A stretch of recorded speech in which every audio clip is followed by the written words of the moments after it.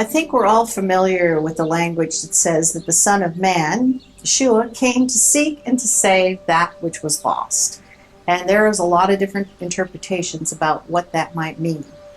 So what exactly does it mean to be lost? And in particular, to be lost in the nations. Join me with this series, The Parables, From Exile to Return, and we're going to look at that in a little more detail. Hopefully we'll make sense of it in the context of exile and return.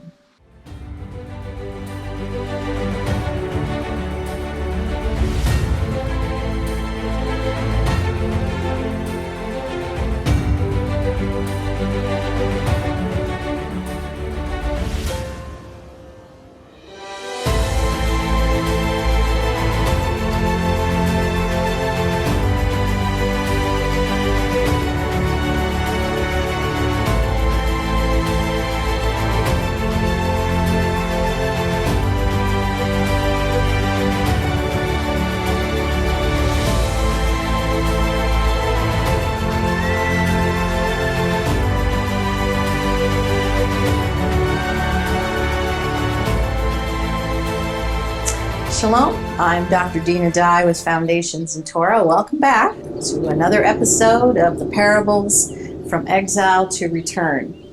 And I hope you're seeing there's just another dimension of these parables that maybe you've never considered before. Just fascinating elements when we look at the sort of political kingdom backdrop of life in Israel in the first century, Second Temple period.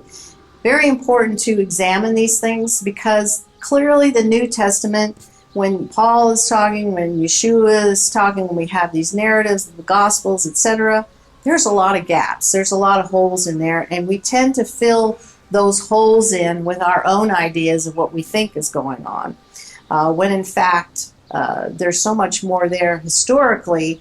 We need to take time to look at that. So now we're going to look at another parable, the parable of the returning king, and we can find this particular parable in Luke chapter 19, starting in verse 11.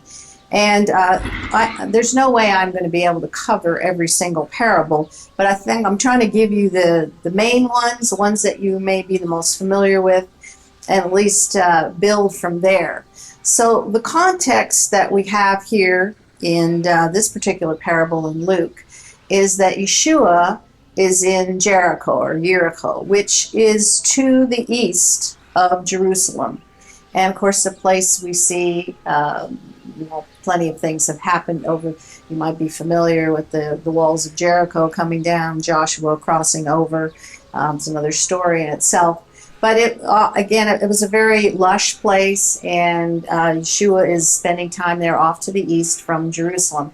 This is where Zacchaeus, you might remember little Zacchaeus in the tree, and Yeshua has said to him, today salvation has come to this home because he is a son of Abraham. And this is where we have this language of that the Son of Man came to seek and to save that which was lost. So there's a lot of ideas about what that might mean. And of course, we in modern America today have our idea of what it means to be lost, and that Yeshua brings salvation. We have all these terms. We kind of look at them from our own perspective, our own view, and we fail to actually look at them from the context of the ancient world. So hopefully through this will make a little bit more sense. I would just mention that the term salvation in its basic meaning to those back then had to do with the fact that the king, when he restored order in the empire, or when he protected the empire from marauding invaders or from another empire coming against them, when the king basically saved the people from being attacked and killed by another king and wiping out their city and their temple and everything there. That was the definition in the ancient world of what salvation was. And it was only the king, really, and his army that could protect the city. One of the things they always did, of course, is to have a wall around the city up on a hill, so they could see the enemy coming for miles. And the king's job was to protect the people. That was one of his main jobs, was to protect them from enemies. And so that's really the true meaning of to be saved or salvation, just in its historical context. So the idea of to seek and to save the lost, the idea of the lost are those who have been exiled out into the nations. And as a result of that, they have lost their identity. They are without identity in the nations. Of course, the seas and the nations are interchangeable terms, but their identity, their national identity came when they were in the land of Israel, when there was a temple established, built as the palace for the king seated on the throne. The people had a national identity. When an enemy came, destroyed the temple, caused the people to be dispersed out into other nations, they lost that identity. Identity is everything in the ancient world. What you were named, who you were a part of. When something was given a name, it's as though in the ancient mind that thing came into being. And when it comes into being, it's more than just it is something. It means now it has a function and a purpose. So Israel losing their identity means that they have lost their function and purpose that God has given them. And they're unrecognizable in the nations. You can't tell who's who. Now, one of the ways that Israel maintained her identity, if you will, when she was in exile, lost in the nations, was through the celebrating of the Shabbat, the weekly Shabbat, and also the Torah readings this Torah study that they did, and their liturgy. That kind of was the glue that kept them together and made them identifiable. Of course, they continued with circumcision and things of that nature, but the one way they could be identified, probably the most important way, really was through the Shabbat, through the Sabbath. So this is the purpose of the Son of Man, who comes to give them back their identity, return their land to them, to restore who they are, their national identity. This is very important. And so when the king was seated back on the throne and the kingdom is restored, their identity is restored. So this is the context for that. Now, again, he told this parable. He was in Jericho, just visited with Zacchaeus, and he was, again, near Jerusalem. So he was coming from Jericho, which is the place of the east, which is identified as the place of exile, because remember, they're exiled into Babylon, which is way farther to the east, but coming from the east meant return. So you picture Yeshua there, and the idea and the language that's being communicated is that they're coming from the east and they are returning back to the land. So we see in this parable that there's a nobleman who has gone away to a faraway land. You keep seeing this faraway land thing, and this again is speaking of their exile off to the east, Babylon. And so he comes from a faraway land, and he's going to receive a kingdom and return. Again, the goal is to have the king seated on the throne in the center of the nation, which is on a mountain in a temple where he will rule and reign from and bring blessing to the people. So he called 10 of his subjects or slaves, and here we see that he's given them 10 minas. And he says, to do business till I get back. And their response is, well, we don't want this guy reigning over us.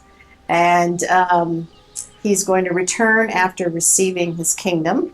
And he called for the slaves whom he had given the money to, and he wanted to know how much business they did. You see, back again, we're talking about commercial pursuits, and what did they reproduce? And of course, they rejected this king coming back. They didn't want to deal with that. And it just a reminder of this significance of the return of the king to his throne. And of course, think about the temple leadership at the time in first century. They're running the show. It's going pretty good. They're becoming wealthy, wheeling and dealing. And then the real king, Messiah, shows up and begins to step on their toes, to step on their little fiefdom. This is who Yeshua is talking about. They're going to have none of it. This guy is challenging them and challenging their wealth and their power and their influence. Who is this two-bit guy from Nazareth who everyone thinks is the king and the Messiah? And so they were clearly threatened by him, and they were going to do everything they can to prevent him from taking his rightful seat on the throne. So the first one, his one mina had made 10, and we have this, again, well done, the slave serpent, and he was given 10 cities. The second one, his mina made 5, and so now he was given 5 cities. And now we see a similarity with the other parable that we had. Another one basically kept it safe in a handkerchief because he was afraid, so he didn't reproduce at all. And his comment to the nobleman was, "You take what you did not make, and you reap what you did not sow, and I will judge you." His response, the nobleman's response, is, "I will judge you, you wicked slave. Should you put the money into the bank to collect interest?" So he gives the one who had the one mina made it into 10, and the comment is made that everyone who has will be given more, etc. Again, the parables are consistently dealing with the return of a king or a master, and in that particular period of time, the one who was the king or the master was really about God himself returning to Jerusalem. That was the desire, that God would be in their presence, because God was not in the second temple. If you'll recall, there was no Ark of the Covenant in the second temple period, because it tells us in Ezekiel the presence of God had left there and moved. In one place it talks about moved to the mountain to the east of Jerusalem, which would have been the Mount of Olives. But the idea of the parables and the returning king and master was about God. It was not about Yeshua returning to the earth. It was about God returning to his temple and taking up his throne and the place where his presence was restored once again, as it was in the garden and as it was in Solomon's temple, that great temple. And the temple simply was the sacred center of the space of the earth, if you will. And so God returning to the center of the earth to take up his throne. And so the folks of that time saw it more about God's, what we call the Shekinah, or the indwelling presence, returning to Jerusalem from the east. So Yeshua is actually walking it, coming from the east, from Jericho, the place of exile. But the statement is being made about the presence of God actually returning to Jerusalem as well. So that's that kind of picks up on similar themes from the parable we talked about before, the 10 talents. And again, it's the concept of, in the kingdom, the greater kingdom, you reproduce. Life is you don't bury where nothing comes forth, but that you reproduce. That is, you reproduce in the image and likeness of God. This goes back to, again, creation language. Another parable that we have is the treasure in the field. You can read this one in Matthew 13:44. And again, there's a similarity with all of these. So the kingdom of heaven is compared to a treasure that's hidden in the field, which a man found and he hid. And of course, he goes out, man does, and he sells all he has, and he buys this field. Now, of course, Yeshua talks about the field being the world. There was an association with that. Field is also, could be the area attached to a temple, like a garden where things grow. The land associated with the king was always was what we would call sacred space. The land was the inheritance that would be given to the son. So God himself would be passing on his inheritance, the earth, to his son. That was the land, Yeshua the Messiah. In this parable, or the idea of the being buried in the field, is kind of redefining what the land meant. And again, the land could only be passed down to the king if the king was in the land, ruling and reigning, and had received his inheritance, and the kingdom was restored. Again, this is an important point. And this is the idea of God himself becoming king. We also have a parable you're familiar with, the pearl of great price. It's kind of similar to the one we just had.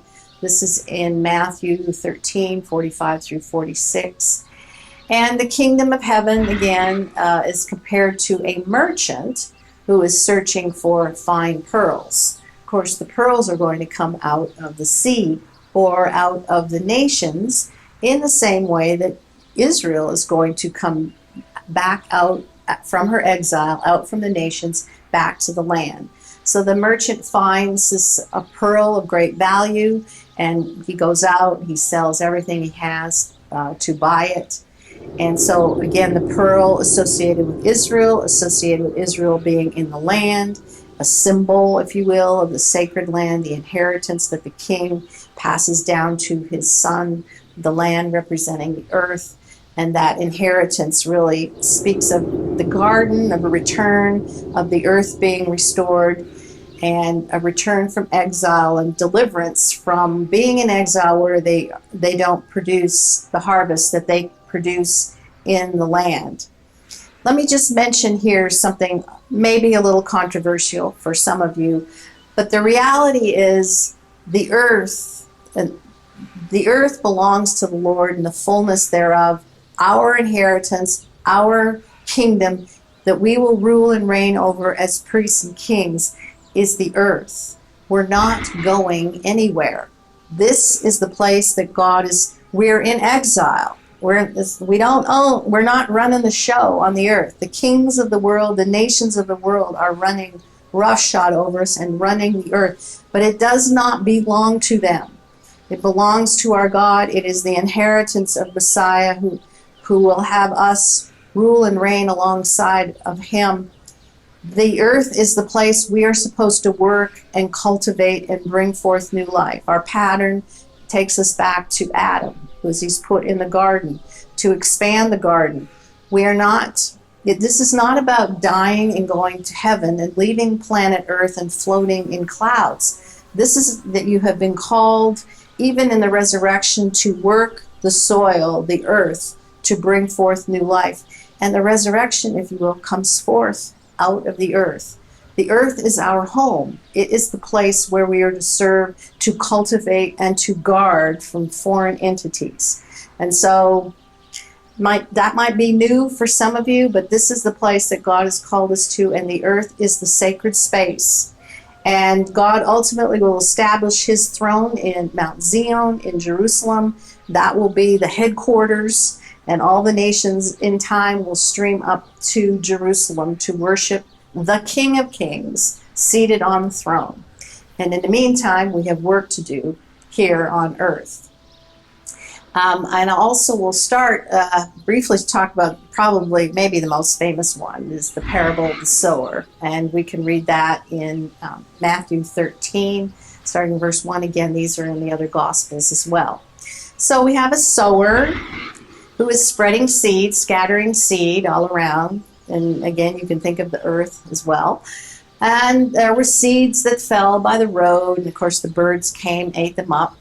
There were seeds that fell on the rocky ground, and that was a place where there wasn't much soil, so they would spring up immediately, but since the soil wasn't deep, that was kind of the end of them. They'd get scorched from the sun, no root would be set in the ground, and they would ultimately wither away.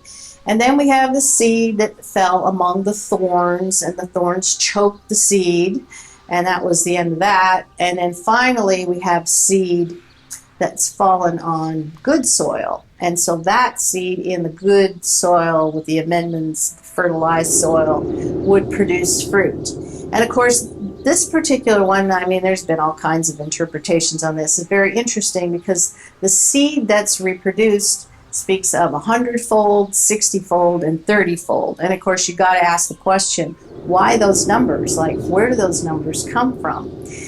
Tucked away in this particular proverb, Yeshua makes a statement which we talked about in one of the earlier programs. To you has been given to know the secrets of the kingdom.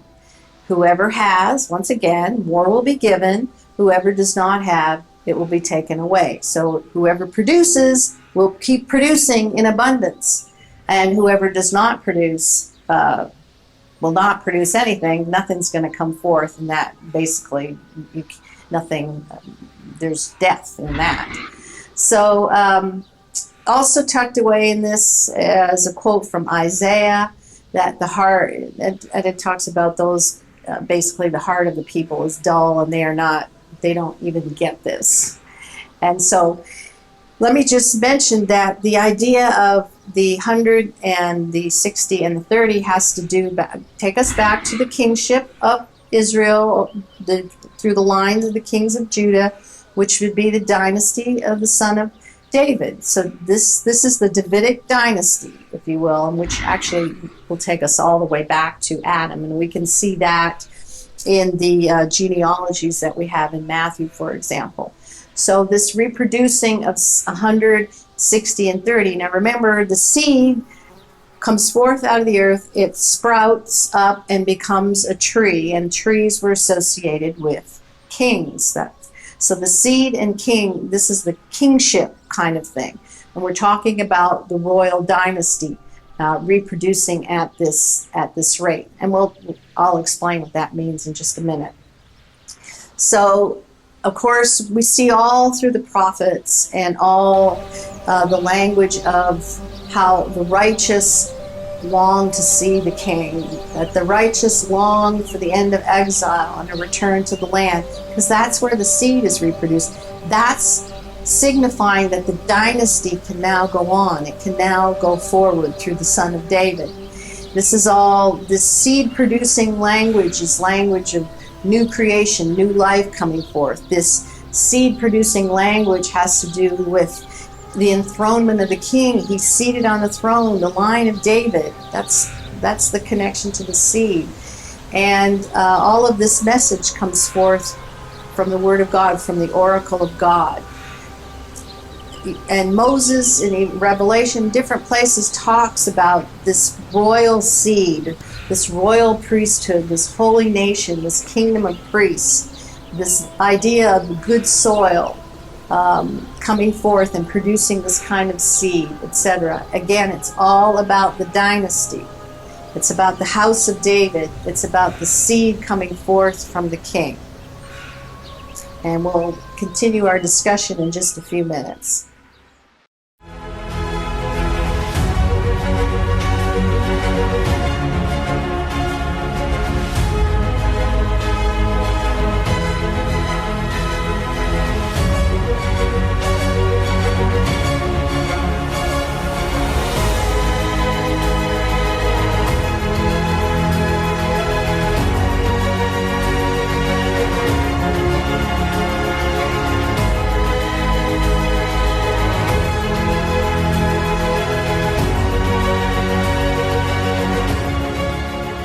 We'll close out this session. I can't emphasize this enough. This is the context we have to put this language back in about the dynasty, because the dynasty of the kingdom goes all the way back to Adam. Adam, the first gardener, the king, in the garden, cultivating and guarding the garden, and Adam going forth to bring forth the seed. I would submit that the Bible is really the story of the line of the kings who are supposed to bring order and stability to the earth when they are seated on the throne, ruling and reigning. When they are not seated on the throne, in their temple, in their palace, ruling from that sphere, then the world is in a state of chaos, which is really where we find ourselves. The governing instructions for the king to run the kingdom efficiently, to bring blessing to the people, comes from the Torah, the first 5 books of the Bible, in which we have the language of how we walk. And most importantly, the 10 Commandments, which are a summary of how a nation can be successful and blessed by God, because this is the instruction manual for the house, how the house can be strong and maintained and continue bearing seed. This is key. And of course, in our last parable, I think we were talking about, the sower of the seed. And we see that an evil one will come and snatch away the seed. And that's speaking of a wicked king coming and replacing the seed. And when the seed is snatched away, when this is the person when trouble comes, he falls away. And the worries of the world and the seduction of wealth, again mentioning that, and this is dealing with the elites and the rulers, that seduction that they live under. Of course, everybody has that potential, but the word is not being fruitful. And so when that seed is planted in the good soil, it bears 100, 60, and 30. This again is language of dynasty. And so I'll show you here that if you'll recall, Abraham, of course, called from Ur of the Chaldees, returns to the land, but he is of the royal line going back to Adam. And so at the age of 100, when that covenant is restored, who is the seed that is reproduced when Abraham is 100? Well, that's Isaac, because Abraham is the king, and so is Sarah. She is a queen, if you will, and they come and they reproduce. When Isaac is 60 years old, the seed that comes forth is Jacob and of course Esau, but Jacob is the fruit of his loins, the one who will take the kingship. And then Joseph, at the age of 30, is when he reproduces his seed, Ephraim and Manasseh. Ephraim, the fruitful one, who will in time become Israel. Again, it's about the sprout coming forth from the earth, becoming a tree, becoming a king, bringing forth a dynasty. And so this can only take place in good soil. Where's the good soil? The good soil is in the land. The land reproduces.